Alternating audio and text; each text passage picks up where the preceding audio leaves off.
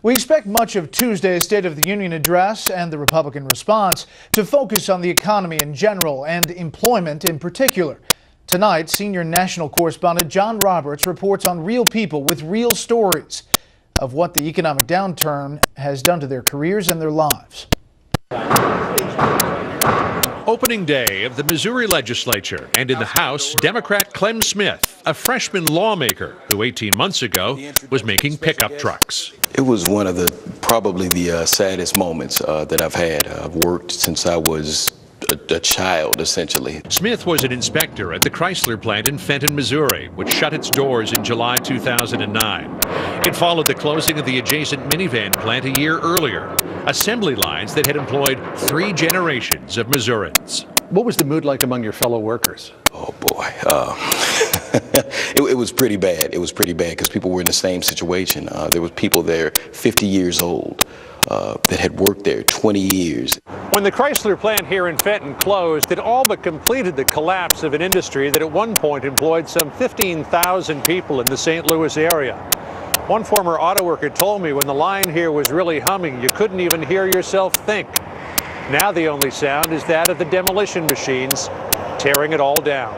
Smith was among the lucky ones. Out of work for 4 months, he took a bailout-funded retraining program, sent out hundreds of resumes, and scored a union job building F-18 fighter jets for Boeing. And he won a long-shot bid for public office with a story that found resonance with voters in his Northwest St. Louis district. If you could tell the president, in the State of the Union, this is what I want to hear about jobs, what would you tell him? I'd like to see more dollars going to worker training, a serious discussion about this is what we need to do. Retraining programs like this green energy course run by the United Auto Workers Union have been a lifeboat for some workers. Michael Moore, who retrained in healthcare administration nearly 2 years ago, is still adrift. It's frustrating and it's very depressing. It's just like, what do I have to do to get any kind of job? Every day, Moore scans the state job listings and fires off resumes. 2.5 years without work have drained most of his savings. Unemployment benefits will soon be gone too. He has the training. The catch, with so many people looking for jobs, employers want seasoned workers. No job, no experience. No experience, no job. Moore wants the government to do more, with more taxpayer money and more commitment from industry to increase hiring and sustain jobs. You're not happy with what this government has done so far in job creation? No, I'm not. And I'm living proof. When the customer comes in. But across the Mississippi, one company that designs the machines that drive industry wants the government to do less. We want to be able to compete against every other competitor in the world, and the only way for us to do that is to have a level playing field, and that means get the government, quite frankly, out of the way. It might sound like a typical industry mantra, but Bob Roseman, the CEO of Earhart Machine and Tool, is an unapologetic booster of manufacturing on home turf. We should once again regain that passion of productivity, that passion to make products here in the United States, and we're so good at it. Earhart shed jobs during the recession, but also invested heavily in automation. This was the old way of welding highly specialized parts.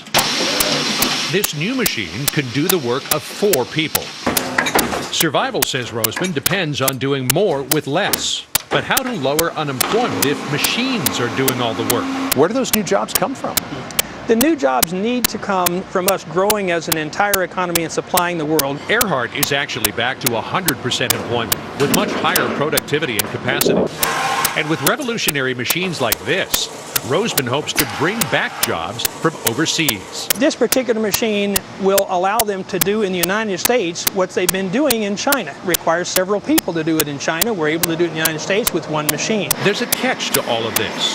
The new manufacturing jobs require more knowledge, yet pay less than the skilled trades they're replacing. But with unemployment not expected to stabilize for 5 or more years, and people like Michael Moore desperate for work, for the moment, less may be better than nothing. In St. Louis, John Roberts, Fox News. Vice President Joe